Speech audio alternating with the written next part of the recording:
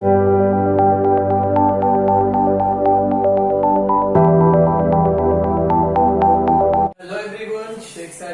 Once again.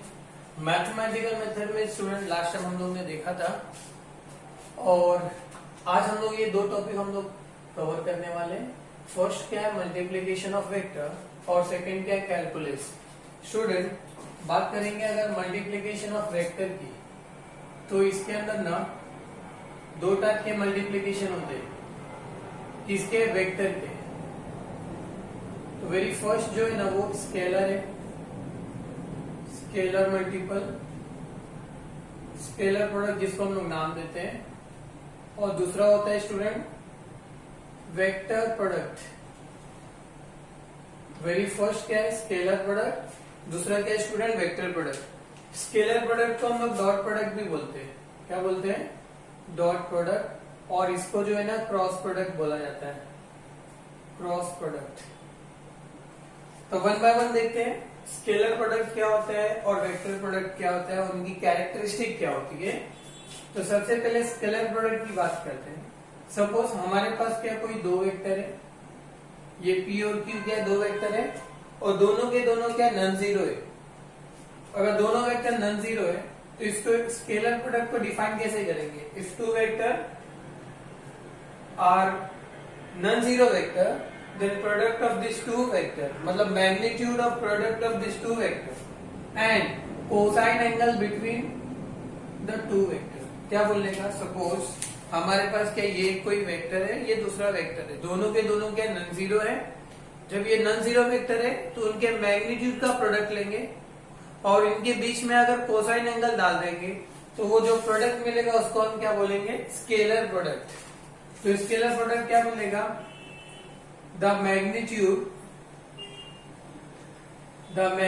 of product of two non-zero vector, magnitude of product of two non-zero vector,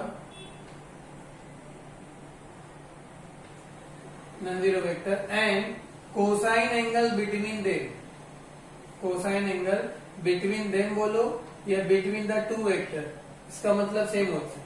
इसी को हम लोग क्या बोलेंगे? Scalar product. क्या बोल देंगे स्टूडेंट? Scalar product. ये डेफिनेशन इसलिए लिखता हूं ताकि आप लोग देखते देखते आपको याद हो जाए।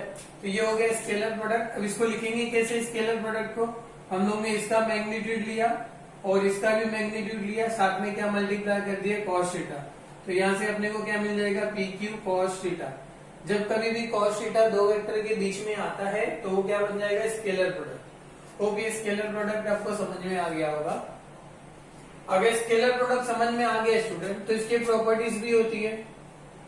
किसकी प्रॉपर्टीज? स्केलर प्रोडक्ट की प्रॉपर्टीज ऑफ स्केलर प्रोडक्ट। क्या कौन सी इसकी प्रॉपर्टी होती है हम लोग यहाँ पे ध्यान देंगे। तो वेरी फर्स्ट जो प्रॉपर्टी होती है, स्केलर प्रोडक्ट जो होता है ना कम्यूटेटिव लॉ को ओबे करता है।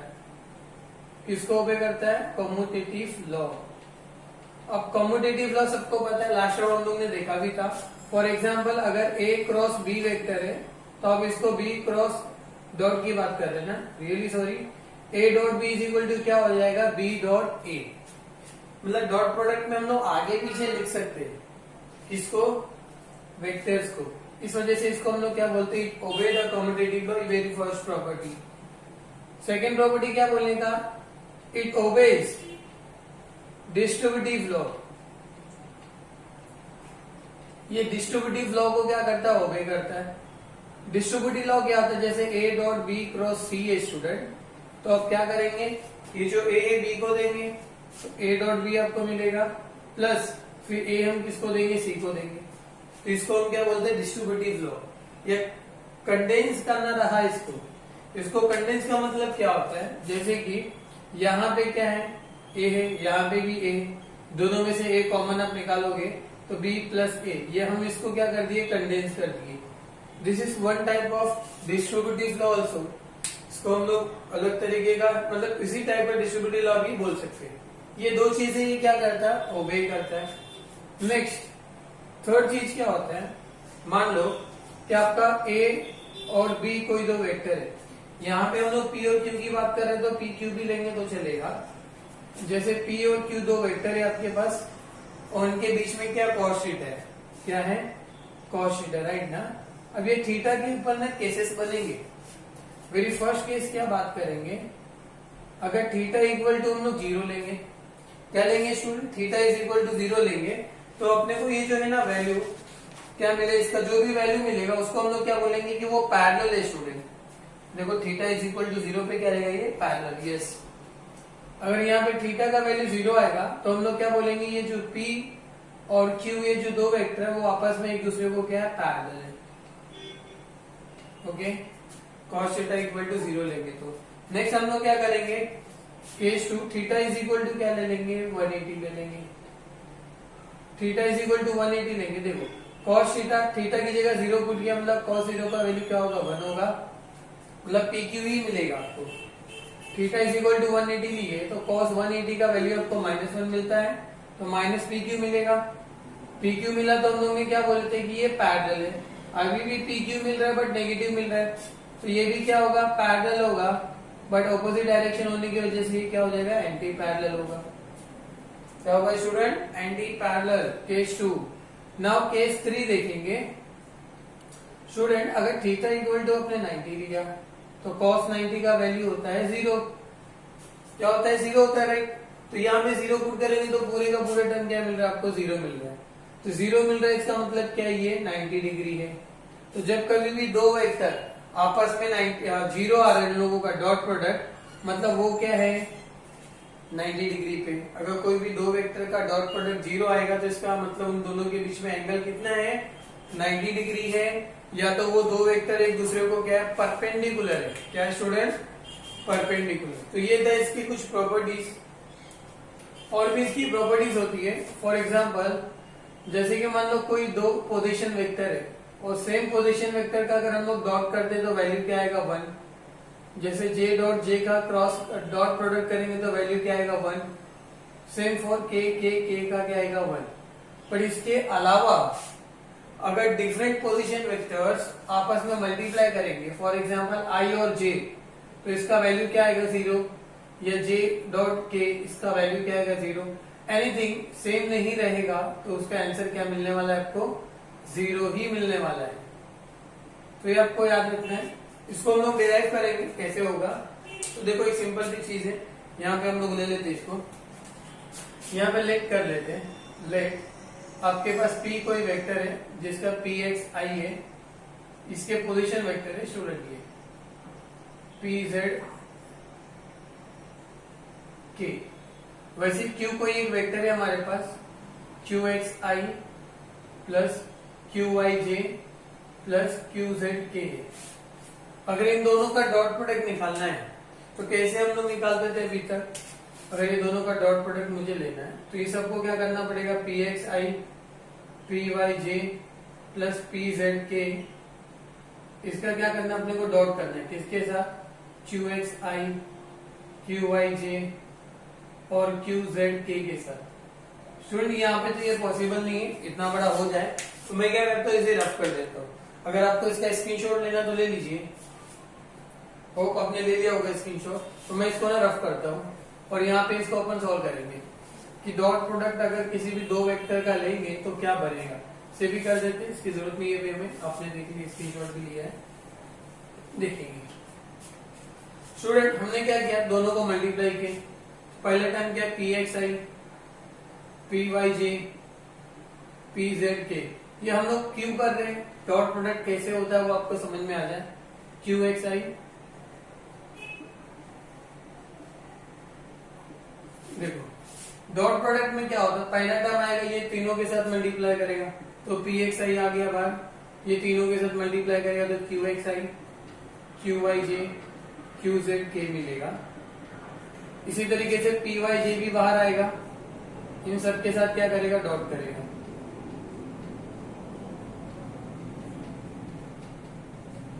और ये PZK ये भी बाहर आएगा, QXI QYJ QZK इन सब के साथ क्या करेगा, डॉट। अब देखो ब्रैकेट ओपन करना है, ब्रैकेट ओपन सबको आता करने, यहाँ पे करते हैं।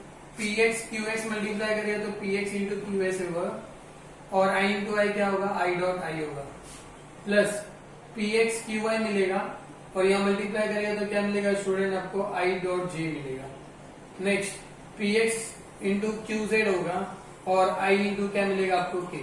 पहले ये ब्रैकेट अपन ने ओपन कर दिया, राइट। अभी नेक्स्ट सेकेंड वाले को ओपन करते हैं, रेड से लिखता हूँ।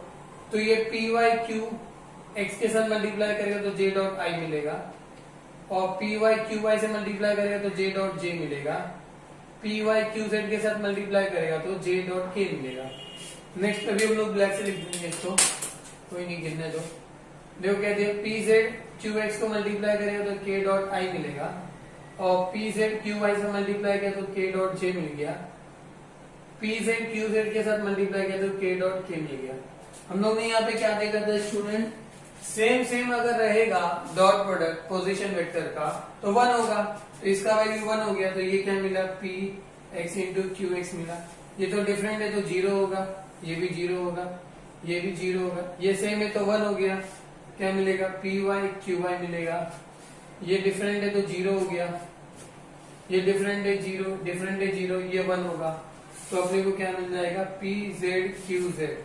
तो यहां से क्या समझ में आया स्टूडेंट, जब कभी भी आप डॉट प्रोडक्ट करेंगे तो इतना बड़ा करने की जरूरत नहीं है, करोगे तो भी यही मिलने वाला है आपको। इसकी जगह पे आप क्या करेंगे, सेम पोजीशन वेक्टर को मल्टीप्लाई कर दो। एग्जाम्पल के लिए यहाँ देखेंगे, जैसे मान लो ए मैंने कोई वेक्टर दिया आपको 2i plus 3j plus 5k, right, और बी कोई वेक्टर दे दिया i plus 2j plus 3k। अब इन दोनों का मैंने आपको डॉट प्रोडक्ट बोला, तो आप पहले ए को लिखेंगे, देन बाद में किसको लिखेंगे, आप बी को लिख देंगे, i plus 2j plus 3k, right. ऐसे कुछ करेंगे, फिर हर एक टर्म से दूसरे टर्म से क्या करेंगे आप लोग, मल्टीप्लाई करेंगे इस वे में। तो ये थोड़ा लेंथी हो जाएगा, आंसर आएगा बट इतना लेंथी करके क्या फायदा, मार्क्स तो उतना ही मिलने वाला है। सिंपल सी वे क्या है, हमने जब ये डिराइव किया तो क्या पता चला, सेम वाले का ही यहाँ पे मल्टीप्लीकेशन होगा, बाकी तो 0 होगा। तो ये आई वाले से मल्टीप्लाई करो, 2 1 2, i इंटू आई 1 हो जाएगा। फिर ये इसको देखो, प्लस डाल दो, 3 2 6, j इंटू जे 1 हो जाएगा, फिर 5 3 15, k इंटू के क्या हो जाएगा 1, इसको ऐड करोगे तो 21 23, तो ये a डॉट भी अपने को मिल गया। तो यहाँ से क्या पता चलता है, कोई भी अगर दो वेक्टर का हम लोग स्केलर प्रोडक्ट लेते हैं तो आंसर हमेशा क्या मिलता है, स्केलर मिलता है। क्या मिलता है स्टूडेंट, ये इंपॉर्टेंट है, मोस्ट इंपॉर्टेंट पार्ट है। कोई भी दो वेक्टर को अगर हम लोग स्केलर प्रोडक्ट करते, क्या करते हैं स्केलर प्रोडक्ट, तो उनका डॉट प्रोडक्ट हमेशा क्या मिलेगा, स्केलर। एमसीक्यूज में, एंट्रेंस में, बहुत सारे कॉम्पिटेटिव एग्जाम में छोटा सा क्वेश्चन पूछता है, but most of the student को इसमें डाउट रहता है। स्केलर क्यों आ रहा है, क्योंकि 23 का एक मैग्नीट्यूड है, इसके पास कोई डायरेक्शन नहीं है। तो जिनके पास मैग्नीट्यूड होता है उसको हम लोग क्या बोलते हैं, स्केलर, और जिसके पास डायरेक्शन दो मैग्नीट्यूड दोनों होता है उसको क्या बोलते हैं, वेक्टर। तो होप स्टूडेंट ये आपको स्केलर प्रोडक्ट अच्छे से समझ में आ गया होगा। स्केलर प्रोडक्ट क्या होता है, उसकी प्रॉपर्टी क्या होती है, होप ये समझ में आ गया। तो हम लोग काम बढ़ सकते हैं वेक्टर प्रोडक्ट पे, तो इसका स्क्रीनशॉट ले लो। यस स्टूडेंट, नेक्स्ट टॉपिक क्या है इसके अंदर, वेक्टर प्रोडक्ट। जिस तरीके से हम लोग ने डिफाइन किया था स्केलर प्रोडक्ट को, सेम उसी तरीके से वेक्टर प्रोडक्ट को हम लोग डिफाइन करेंगे। सपोज हमारे पास क्या है, दो वेक्टर है, ये दोनों का मैग्नीट्यूड का प्रोडक्ट ले रहे हैं। किसका प्रोडक्ट ले रहे हैं, मैग्नीट्यूड का प्रोडक्ट ले रहे हैं, और उनके बीच में साइन एंगल हम लोग लेके आते हैं। इससे पहले क्या लेके आए थे, कॉस एंगल। कॉस एंगल लेके आए तो क्या बन गया था, स्केलर प्रोडक्ट। अभी ये क्या बनेगा, वेक्टर प्रोडक्ट। तो हम लोग क्या बोलेंगे, हमारे पास कोई दो नॉन जीरो वेक्टर है, अगर उनके मैग्नीट्यूड का प्रोडक्ट ले रहे हैं और उनके बीच में साइन एंगल को इंट्रोड्यूस करा देते हैं, तो वो क्या बन जाएगा, वेक्टर प्रोडक्ट। तो क्या बोलेंगे, और it is magnitude of, it is magnitude of, या तो हम लोग क्या बोलेंगे, प्रोडक्ट ऑफ मैग्नीट्यूड। ये थोड़ा डेफिनेशन प्रॉपर है, it is product of magnitude, it is product of magnitude of two vector, magnitude of two vector and sine angle between them, sine angle between them. इसको हम लोग क्या बोलेंगे, vector product. ये student यहां से vector product मतलब क्या मिल जाएगा अपने, कोई एक पी वेक्टर है, कोई दूसरा वेक्टर है, साथ में कोई मल्टीप्लाई कर रहे हैं अपने साइन थीटा। तो इसको हम लोग क्या बोल देंगे, वेक्टर प्रोडक्ट। आप यहाँ ध्यान देंगे, अगर स्केलर प्रोडक्ट की प्रॉपर्टी थी तो वेक्टर प्रोडक्ट की भी क्या होगी, प्रॉपर्टीज होंगे। तो वेरी फर्स्ट इसकी प्रॉपर्टीज देख लेते हैं। प्रॉपर्टीज वेरी फर्स्ट क्या है, स्केलर प्रोडक्ट कम्यूटेटिव लॉ को ओबे करता था, it doesn't obey commutative law. Commutative law को ये ओबे नहीं करता है। ओके, अगर कम्यूटेटिव लॉ को ये ओबे नहीं करता है, मतलब P क्रॉस Q अगर रहा तो आप Q क्रॉस P बिल्कुल भी नहीं लिख सकते, right. Second, it obey distributive law. किसको ओबे करता है वो, डिस्ट्रीब्यूटिव लॉ को। अगर वो डिस्ट्रीब्यूटिव लॉ को ओबे करेगा स्टूडेंट, तो हम क्या करेंगे, A cross B plus C है तो क्या करेंगे, A क्रॉस B प्लस फिर क्या करेंगे, A cross C। Why, because ये डिस्ट्रीब्यूटिव लॉ को क्या करता है, ओबे करता है। आ रहे समझ में, फर्स्ट टू इसकी प्रॉपर्टी। सेकेंड प्रॉपर्टी क्या करेंगे हम लोग, इसका अगर ये P डॉट Q क्या है, आपस में साइन थीटा है, ये स्टूडेंट क्या है, साइन थीटा। इसको अपन चेक करेंगे ये कब पैरेलल होगा, कब एंटी पैरेलल होगा और कब परपेंडिकुलर होगा। तो केस 1 ले लेते हैं। अगर हमने थीटा इक्वल टू 0 लिया तो साइन 0 का वैल्यू कितना होता है स्टूडेंट, 0 होता है। साइन 0 का वैल्यू कितना होता है, 0। तो यहाँ पे 0 पुट किया तो पूरा 0 हो गया, पूरा 0 आया, इसका मतलब क्या है, ये पैरेलल है। वेक्टर प्रोडक्ट के अंदर क्या होगा, पूरा 0 आने पे ये क्या होगा, पैरेलल। बट स्केलर प्रोडक्ट में क्या होता है, 0 नहीं आने पे क्या था, वो पैरेलल। दोनों में डिफरेंस है, एंगल हम लोग 0 ले रहे बट उसका वैल्यू जो आ रहा है वो डिफरेंट है। स्केलर के अंदर PQ मिलता था, इसके अंदर क्या मिलेगा आपको, 0 मिलेगा। तो हम लोग क्या बोल देंगे, P एंड Q क्या है, यहाँ पे पैरेलल है। ओके, केस 2 देखो। अगर थीटा इक्वल टू हमने लिया 180 डिग्री, तो again sine theta sine 180 degree क्या होता है, 0 होता है। अभी कार्टेशियन एक्सिस पे देखो 0, 90, 180। 0 यहाँ था तो पैरेलल था, यहाँ रहेगा तो भी पैरेलल होगा बट अपोजिट साइड में। तो इस वजह से इसको हम लोग क्या बोलेंगे, एंटी पैरेलल। क्या बोलेंगे स्टूडेंट, एंटी पैरेलल।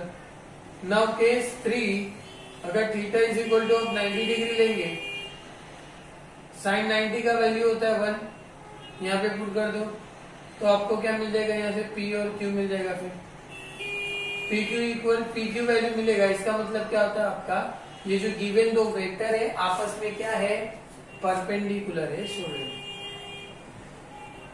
तो ये आपस में हो गए परपेंडिकुलर। होप ये प्रॉपर्टी समझ में आ रही होगी। नेक्स्ट प्रॉपर्टी क्या है, क्रॉस प्रोडक्ट के अंदर सेम अगर हम लोग पोजीशन वेक्टर को क्रॉस करते हैं, वहां पे same position vector co dot किए थे तो आंसर क्या मिला था, 1। तो यहाँ पे क्या मिलेगा अपने को, 0 मिलेगा। देखो अगर I J K ये जो पोजीशन वेक्टर सीरियल वाइज उसके दिमाग में रख लो, फर्स्ट I J फिर क्या होगा K। तो मान लो अगर आपको किसी ने दे दिया I क्रॉस J, सेम नहीं है तो 0 नहीं होगा, सेम रहेगा तो 0 होता है। अब ये सेम नहीं है तो 0 नहीं होगा, तो होगा क्या, I J के बाद कौन आता है, K, तो K लिख दो। सीक्वेंस फॉलो करना चाहिए, जैसे J क्रॉस K मैंने लिखा, I J K, K के बाद कौन आता है, I, तो I लिख दो। अगर मैंने यहाँ पे I क्रॉस K लिखता था, I के बाद J आना चाहिए था बट J आया नहीं, K आया। तो जो नहीं है डेफिनेटली वो तो यहाँ पे आएगा बट साइन बीच में से आ गई है, उसको नाम क्या दे देंगे हम लोग, माइनस। क्योंकि I J आना चाहिए था, यहाँ पे क्या है ना, सीक्वेंस इसमें तोड़ दिया तो नेगेटिव साइन आ जाएगा। सीक्वेंस अगर आपका मिसिंग हो गया, आ रहा है समझ में स्टूडेंट। डॉट प्रोडक्ट आप लोगों को समझ में आता। और एक यहाँ पे देख लो, जैसे मैं यहाँ पे क्या करता हूँ, J क्रॉस I J के में से K नहीं है तो K आ जाएगा, J के बाद K आना चाहिए तो बट दिया I, तो नेगेटिव साइन आता है। अब इसको कैलकुलेशन कैसे करते हैं, इसके लिए मान लो आपके पास क्या है, एक वेक्टर है 2I plus 3J plus 5K और B कोई वेक्टर है 3I plus 2J plus 1K। अगर इन दोनों का डॉट प्रोडक्ट आपको फाइंड आउट करना है तो आपको डिटरमिनेंट लेना पड़ेगा। हमेशा याद रखना, क्रॉस प्रोडक्ट को फाइंड आउट करने के लिए क्या लेना पड़ता है, डिटरमिनेंट लेना पड़ता है, तो यहाँ पे आई, जे और के ले लेंगे। देखो ए का नंबर क्या है 2, 3, 5 और बी का क्या है 3, 2, 1। यहाँ से आई कॉमन बाहर निकलेगा, 3 1 ज़ा 3, 5 2 ज़ा 10। सेकेंड वाला हमेशा माइनस में लेना होता है, फिर 2 1 ज़ा 2, 5 3 ज़ा 15। ये डिटरमिनेंट सबको आता होगा, नहीं आता होगा तो समझाएंगे वापस से। 2 2 ज़ा 4, 3 3 ज़ा 9। अब इसको कैलकुलेट करते हैं। आई 10 में से 3 गया -7 स्टूडेंट, 15 में से 2 जाएगा तो -13 आएगा, 9 में से 4 जाएगा तो कितना आएगा -5 आएगा, तो -7 आई प्लस 13 जे -5 के। तो ये हम लोग ने क्या किया, दो वेक्टर का क्रॉस प्रोडक्ट निकाला। अब जरा ध्यान दो स्टूडेंट, ये जो फाइनल सोल्यूशन मिला है 7 3 5, ये सारे के सारी चीजें क्या है, मैग्नीट्यूड है। और आई जे के किसको शो करता है, डायरेक्शन को शो करता है। तो जब कभी भी दो वेक्टर है पी और क्यू या ए और बी, अगर उसका वेक्टर प्रोडक्ट लेते हो, क्या लेते हैं, वेक्टर प्रोडक्ट, तो उसका आंसर किस में मिलेगा, अपने को वेक्टर में मिलता है। वेक्टर का मतलब हमें पता है, कोई क्वांटिटी जिसके पास मैग्नीट्यूड और डायरेक्शन दोनों होंगे। और स्केलर का मतलब क्या होता है, जिसके पास सिर्फ मैग्नीट्यूड होगा। तो स्केलर प्रोडक्ट लेंगे तो हमेशा आंसर आपको स्केलर में मिलेगा, वेक्टर प्रोडक्ट लेंगे तो आंसर हमेशा आपको किस में मिलेगा, वेक्टर प्रोडक्ट में। तो ये था multiplication of vector and their properties. Important है ये दोनों टॉपिक। नेक्स्ट हम लोग क्या देखेंगे, कैलकुलस। एक बार इसे आप स्क्रीनशॉट ले लीजिए स्टूडेंट। नेक्स्ट पार्ट जो इसके अंदर हमें देखना है वो है कैलकुलस। और कैलकुलस स्टूडेंट दो चीजों को इन्वॉल्व करता है। वेरी फर्स्ट पार्ट क्या है कैलकुलस के अंदर, डेरिवेटिव्स। ये स्टूडेंट पहला पार्ट क्या है इसका, डेरिवेटिव है। और सेकेंड वाला पार्ट जो इसका है इंटीग्रेशन है। सबसे पहले तो आपको पता होना चाहिए इन दोनों का एप्लीकेशन कहाँ पे होता है। डेरिवेटिव का एप्लीकेशन स्टूडेंट, सपोज आपके पास क्या कोई एक कर्व है, ठीक है, यहाँ पे क्या है, कर्व है, और इस कर्व का स्लोप कितना है। अगर इसका स्लोप फाइंड आउट करना है कर्व का, तो हम लोग वहां पे क्या अप्लाई करेंगे, डेरिवेटिव। और ये हमेशा किसके फॉर्म में होता है, y = f(x) के फॉर्म में होता है। y मतलब क्या होता है, ये होता है डिपेंडेंट वेरिएबल और ये होता है इंडिपेंडेंट वेरिएबल। क्या होता है, इंडिपेंडेंट वेरिएबल। तो y का वैल्यू x के हम लोग अलग अलग डिफरेंट जगह पे फाइंड आउट कर सकते हैं। ओके, अगर इंटीग्रेशन का मतलब क्या होता है, सपोज कोई हमारे पास कर्व गिवन है, राइट, स्लोप नहीं निकालना है, हमें इसका एरिया फाइंड आउट करना है। एरिया निकालने के बहुत सारे ज्योमेट्रिक फॉर्मूले हैं, बट कर्व के लिए कोई भी ज्योमेट्रिक फॉर्मूला नहीं है। तो जब कभी भी कर्व गिवन होगा तो इसका एरिया फाइंड आउट करना है, तो हम लोग क्या करेंगे, यहाँ पे इंटीग्रेशन अप्लाई कर देंगे। y = f(x), यहाँ पे इंटीग्रेट कर देंगे, तो इंटीग्रेट करने पे हमें उस पोर्शन का एरिया मिल जाएगा। तो यहाँ पे देखो दिए हुए डेरिवेटिव्स की फॉर्मूलेस गिवन है। x⁻n का फॉर्मूला क्या, पहले n आ जाएगा x के पावर में n-1, e⁻x का e⁻x, log x का 1/x, sin का cos का -sin, tan x का sec²x। मतलब जहां भी d/dx ये दिखेगा उसकी जगह पे ये वैल्यूज यूज करेंगे। और ये आपको याद रखना पड़ेगा। जैसे u × v हो गया, अगर कोई दो मल्टीप्लीकेशन में टर्म है जिसका डेरिवेटिव फाइंड आउट करना है, पहले आप u को बाहर लेंगे, देन v का डेरिवेटिव, प्लस फिर v को बाहर लेंगे, u का डेरिवेटिव। बट अपॉन में रहेगा u/v, तो v बाहर आएगा, u के साथ डेरिवेटिव, बीच में माइनस होगा, देन v बाहर जाएगा u के साथ डेरिवेटिव। पहले u के साथ हुआ, बाद में किसके साथ होगा, v के साथ, और ये u है, और अपॉन में क्या होगा, v²। सेम फॉर इंटीग्रेशन के लिए। तो हम लोग इसके बेसिस पे क्या करेंगे, कुछ प्रॉब्लम्स देख लेते हैं स्टूडेंट। तो प्रॉब्लम्स क्या होंगे, इसे रफ करते हैं। प्रॉब्लम्स में पहले देते हैं हम लोग डेरिवेटिव्स के अंदर। अपने को क्वेश्चन क्या दिया रहेगा, फाइंड द डेरिवेटिव। एग्जाम में आएगा definitely, find the derivatives. First क्या गिवन है, देखो x⁸8, और एक गिवन है b वाला, ये a पार्ट है।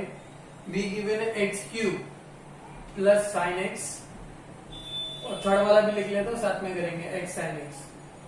स्टूडेंट अगर इसको मेरे को सॉल्व करना है तो वेरी फर्स्ट आपको लेट करना है y, y is equal to x raise to 8। Okay, then यहाँ पे क्या लिखना है आपको, differentiate with respect to x। हम लोग डेरिवेटिव ले लें इस x के रेस्पेक्ट में, तो y की जगह पे होगा dy upon dx। Actually derivative का मतलब क्या होता है, d अपॉन dx होता है। y है तो यहाँ पे y लिख दो, यहाँ पे भी d अपॉन dx होगा, x के पावर में 8 हो जाएगा। यहाँ पे x के पावर में n वाला फॉर्मूला यूज करना होगा। ये फॉर्मूला क्या बोलता है, जो भी पावर में होगा पहले उसे लिखो, फिर x के पावर में इसमें एक माइनस करके लिखो। तो पहले ये 8 आ जाएगा, फिर x के पावर में n माइनस 1 कितना होगा 7। तो इसका डेरिवेटिव हमने निकाल लिया। वो सिंपल है, जस्ट फॉर्मूला आपको याद रखना है। b वाला देखो क्या दिया है, तो इसको लेट कर लेते हैं, y is equal to x cube plus sine x. Student यहां पे डिफरेंशिएट करेंगे with respect to x, y के लिए क्या होगा dy अपॉन dx। यहाँ पे भी d अपॉन dx होगा, बट ये पूरे ब्रैकेट के साथ होगा। वहां पे सिंगल टर्म था स्टूडेंट, तो सिंगल को दिए, यहाँ ब्रैकेट इसलिए देंगे क्योंकि एक से ज्यादा टर्म है। तो नेक्स्ट स्टेप में d अपॉन dx हर एक टर्म को देना है। पहले इसको दे दो, फिर d अपॉन dx इसको देंगे, आप साइन x को देंगे। एक्स क्यूब का डेरिवेटिव 3 पहले आएगा, फिर 3 में से 1 गया तो कितना आएगा 2। फर्स्ट वाला formula d upon dx sine x, d upon dx sine x क्या होता है, cos x होता है। तो यहाँ पे क्या आ जाएगा cos x। तो ये अपने को क्या मिल गया dy अपॉन dx। ये फर्स्ट का आंसर, सेकंड का आंसर। होप स्टूडेंट आपको समझ में आ रहे होंगे। डेरिवेटिव एक्चुअली सिंपल है, जस्ट फॉर्मूले का गेम है। नाउ थर्ड वाला देखो क्या दिया था, लेट कर लो इसको, y is equal to x sine x. Student यहाँ सिंगल टर्म था, यहाँ दो टर्म प्लस थे, तो दोनों को सेपरेट दिए। यहाँ दो टर्म मल्टीप्लाई कर रहे हैं, मल्टीप्लाई करेंगे तो u इंटू v यूज करना पड़ेगा। वेरी फर्स्ट यहाँ पे इसको डिफरेंशिएट करो विथ रिस्पेक्ट टू x, तो y के लिए dy अपॉन dx होगा, और यहाँ पे d अपॉन dx क्या होगा, x इंटू साइन x होगा। राइट, इसको u कंसीडर करो और इसको v, और यहाँ फॉर्मूला लिख दो d upon dx of u into v। होता क्या है, पहले u बाहर जाएगा, फिर क्या होगा d अपॉन dx होगा, फिर v बाहर जाएगा, d अपॉन dx ऑफ क्या होगा, u होगा। यह स्टूडेंट यही फॉर्मूला है, इसके अंदर पुट कर दो अभी, तो अपने को dy अपॉन dx क्या मिलेगा। फर्स्ट u को बाहर लो, u अपने x को कंसीडर किया तो x क्या होगा, बाहर आएगा, d अपॉन dx किसके साथ होगा, साइन x के साथ, प्लस फिर v क्या है आपका साइन x है, उसको बाहर ले लो, d अपॉन dx होगा किसके साथ, u के साथ, u आपका x है। साइन x का डेरिवेटिव क्या हो जाएगा, cos x, साइन x ऐसे ही रहेगा, x का डेरिवेटिव क्या होगा 1, तो ये अपने क्या हो जाएगा dy upon dx। Hope student derivative के प्रॉब्लम्स आपको समझ में आ रहे होंगे। अगर ये प्रॉब्लम समझ में आ रहे स्टूडेंट, तो इंटीग्रेशन के फॉर्मूले देखो उसके सामने लिखा हुआ है। इंटीग्रेशन में जैसे डेरिवेटिव में हमने माइनस किया, तो इंटीग्रेशन में क्या करेंगे, +1 डिवाइडेड बाय जो रहेगा वही। यहाँ पे 1 अपॉन एक्स, लॉग एक्स का 1 अपॉन एक्स था, तो इंटीग्रेशन 1 अपॉन एक्स करेंगे तो आपको उल्टा मिलेगा लॉग एक्स। साइन एक्स का डेरिवेटिव कॉस एक्स था, राइट, तो कॉस एक्स का इंटीग्रेशन क्या होगा, साइन एक्स।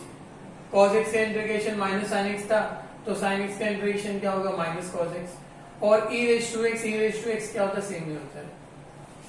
समझ में आ रहा है, जो इंटीग्रेशन होते हैं वो डेरिवेटिव की क्या होते हैं स्टूडेंट, उल्टा होते हैं। तो नाउ अभी हम लोग क्या करेंगे, यहाँ पे इसको इंटीग्रेशन के प्रॉब्लम्स कुछ देख लेते हैं। इसे रफ कर देता हूँ, अगर किसी को थोड़ा सा डाउट रहेगा तो पॉज करके वीडियो देखो, और अगेन कुछ भी चीजें अगर आपको नहीं समझते कमेंट करो और मुझे पूछो। और किसी के एग्जाम में अगर कोई नए चैप्टर्स आ रहे होंगे तो जस्ट मुझे कमेंट कर दो कि सर ये चैप्टर नेक्स्ट आप ले लो करके, तो डेफिनेटली नेक्स्ट क्लास हम लोग उसको स्टार्ट करेंगे। देखो इंटीग्रेशन में कुछ सम्स हम लोग ले लेते हैं।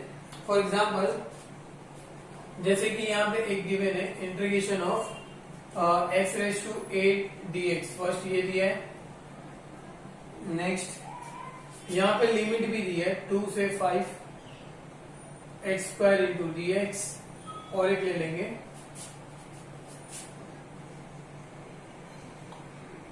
Integration x plus sign x into dx, ये एक दिया स्टूडेंट। और एक फॉर्मूला मैं मेंशन करता हूं, अगर इंटीग्रेशन ऑफ कोई भी नंबर है, जैसे 1 है, तो इसका इंटीग्रेशन क्या होगा, 1x होगा। अगर 2 रहेगा तो क्या होगा, 2x होगा। मतलब जो नंबर रहेगा वो तो रहेगा, साथ में उसके क्या लग जाएगा, x। क्या लग जाएगा, x। स्टूडेंट चलो फर्स्ट वाला कैलकुलेट करते हैं। Integration of 8 raise to x raise to 8 था एक्चुअली में ये, तो यहाँ पे लिख देंगे x रेज टू 8 dx। तो इसको जैसे हम लोग ने डिफरेंशिएशन में y कंसीडर किया था, तो यहाँ पे हम लोग कंसीडर करेंगे i। क्या कंसीडर करेंगे, i। इसमें फॉर्मूला अप्लाई करेंगे तो +1 करना है, तो यहाँ पे +1 करेंगे तो 9 होगा डिवाइडेड बाय 9। ये आपका आंसर हो गया। ये डेफिनेट इंटीग्रेशन नहीं है स्टूडेंट, इनडेफिनेट इंटीग्रेशन है। Why it is called indefinite integration, because इसका लिमिट अपने को गिवन नहीं है कि इसका इंटीग्रेशन किसके किसके बीच में निकालना है। यहाँ पे देखो बीच में गिवन है, तो यहाँ पे क्या आएगा हमारा डेफिनेट, इसके बीच में ये आंसर आएगा। तो यहाँ पे कॉन्स्टेंट हम लोग ऐड नहीं करते हैं, बट यहाँ पे कॉन्स्टेंट ऐड करते हैं। फिलहाल यहाँ पे टेक्स्ट बुक में हम लोग कॉन्स्टेंट ले नहीं रहे, जिस हम लोग समझ रहे टूल्स कैसे यूज करते हैं। ओके, बी वाला पार्ट देखो। बी में क्या दिया, इंटीग्रेशन। तो पहले लेट करना है हमें आई, तो let I is equal to क्या हो जाएगा, इंटीग्रेशन 2 से 5 x² इंटू dx हो जाएगा। ओके स्टूडेंट, अब हमें करना क्या है, ये x² है मतलब क्या होगा, ये वाला फॉर्मूला यूज करेंगे, n+1 अपॉन में n। यहाँ पे x+2 में 1 ऐड किया तो 3 अपॉन में 3 हो गया। यहाँ हमने स्टॉप कर दिया था, बट यहाँ स्टॉप नहीं कर सकते बिकॉज रेंज गिवन है।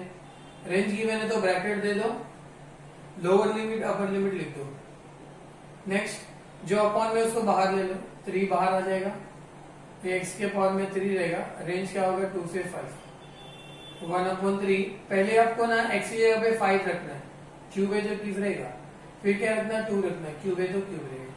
तो 1/3, 5 का क्यूब 125, 2 का क्यूब कितना होगा, 8। 125 में से 8 जाएगा तो कितना आएगा स्टूडेंट, 117 समथिंग कुछ रहेगा, तो 117।